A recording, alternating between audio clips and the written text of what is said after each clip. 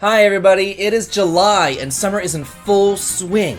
Last month was just a tad bit crazy between Summer Games Fest and Steam Next Fest and then Final Fantasy XVI landing, but there are plenty of more JRPGs coming out this month. Hi everybody, I'm David and I'm going to be going over all of the great RPGs being released in July. But first, let's have a word from our sponsor about a series that really doesn't need any sort of introduction. I mean, it's been with us since the SNES days. Originally released last November, but digitally only, the Front Mission First Remake now has a physical limited edition that you can purchase. And not only does it include the game physically, but it also comes with a printed game manual, just like in the good old days, as well as 2 awesome lithographs and an exclusive lenticular. And if you're a collector like me, you really don't want to pass up this opportunity to grab this physically for the Nintendo Switch. Front Mission has been around for a long time and for good reason.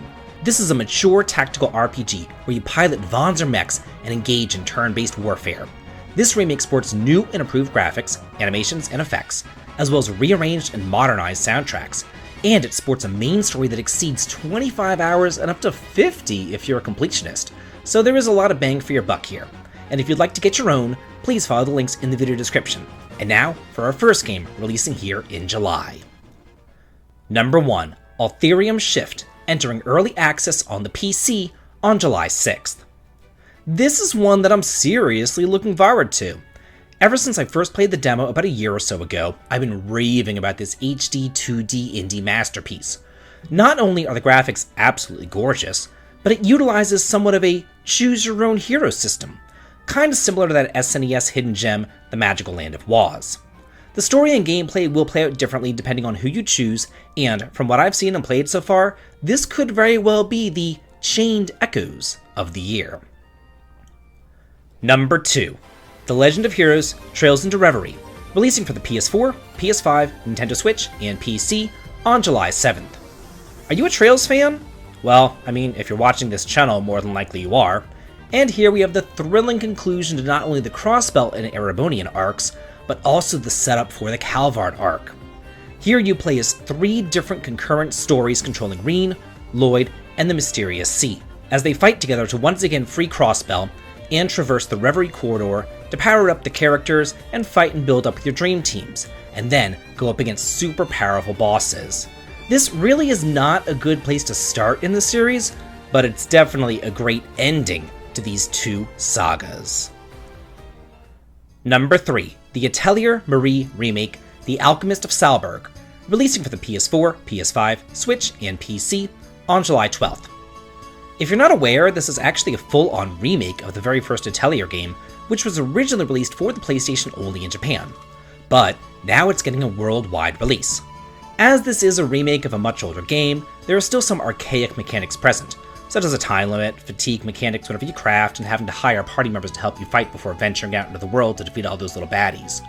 But if you can stand all that, and you are interested in the history of video games and seeing where they all came from like I am, then I'm sure that you'll find something to enjoy here. Number 4, Tuhu New World, releasing for the Switch and PC on July 13th. This one just looks so cool and fun, and last time I brought it up, everybody corrected my pronunciation, but I mean, I've already kind of forgotten how to pronounce it, so whatever. Y'all will just have to deal with me and my butcherizations. But I'm also sure that you're kind of used to that by now. Anyway, from what I've pieced together through the comments, this is a really long-running series based upon some magical girl anime, which really reminds me of Ys Origins, because not only do you have that kind of top-down combat, but you also have a choice of 2 different protagonists, each with different fighting styles. And it does seem kind of fast-paced and kind of bullet hell, but it also seems like a whole lot of fun. Number 5, Jagged Alliance 3, releasing for the PC on July 14th. As a lot of you are probably aware, a game like this isn't exactly my speed, so I do have to do some research here, and what really struck me was that this game was actually announced back in 2004, and it's only just now releasing like 20 years later. That's either dedication or massive vaporware, but whatever, it's finally here. This is a turn-based strategy game where you control a squad up to 40 mercenaries, each with their own unique backstories and personalities, and there are some fan-favorite mercenaries returning from the previous games.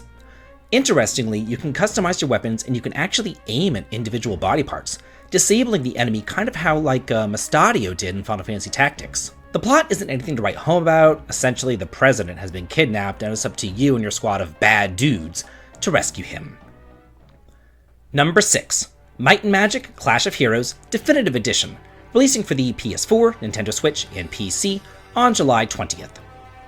Originally released back on the Nintendo DS, where it was one of the most highly praised unique games on the system, it is now back with its own unique mix of puzzle strategy and RPG fun. Taking place 40 years before the Heroes of Might and Magic 5 saga, Might and Magic Clash of Heroes tells the tale of 5 heroes scattered across 5 different regions of Ashan. Each must travel their own dangerous paths to grow in strength, unravel a demonic plot, and ultimately save the world from devastation.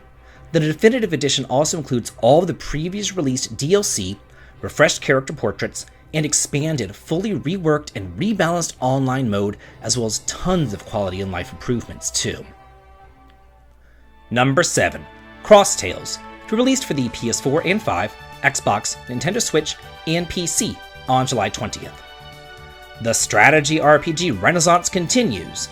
This game here is taking place in a world where dogs and cats are at war, and you can actually experience the entire campaign from either the perspective of the dogs or the cats. So it's kind of like Hexus Force or Manichemia 2, where you're really kind of getting like 2 games in one here.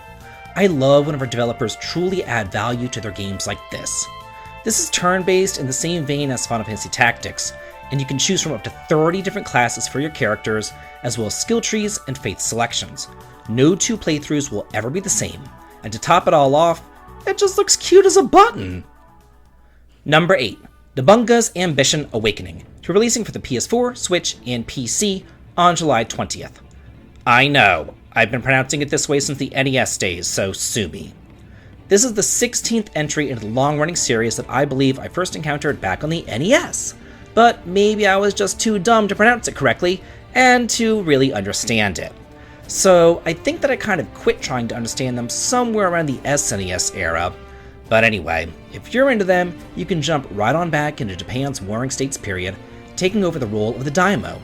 You take over larger and larger pieces of the map by dealing with various officers and making agreements with the provinces. I guess it's kind of like Risk in that way, where you kind of just have to kind of like take over the entire island of Japan to win. The various battles will play out differently, depending on your ability and what tactics that you utilize, so go forth and control all of Japan. Number 9. Remnant II, releasing for the PS5 on July 25th. Games like this really aren't my thing. I prefer lighter, more cheery, upbeat RPGs, but again, I am here for you all, and I know that some of you out there like these darker hellscapes, so here we go. As a sequel to Remnant from the Ashes, which was released back in 2019, this is a challenging action RPG and should be an even better realization of the post-apocalyptic world where humanity's survivors are pit against deadly creatures and godlike monsters across multiple terrifying worlds. You can play solo or co-op with your friends, but no matter how you do it, you're going to need tons of skill to overcome the tough challenges and stave off humanity's extinction here. There's also a new archetypal progression system, which provides players with passive bonuses and great powers as you move through the randomly generated dungeons and areas. So that's it for all the RPGs being released this July. Which titles are you most excited for, and what do you think that you're going to be picking up? Let's get a discussion going. I would love to hear what you all are going to get. And if you like this video and want to do on the channel, please consider following me over on Twitter, supporting me on Patreon for some early access to my content, heading on over to Twitch for some streaming fun, or coming on over to my Discord to chat and hang out. The links to them all can be found in the video description. This has been David, and if you like this, please like, comment, and subscribe, and have a good day.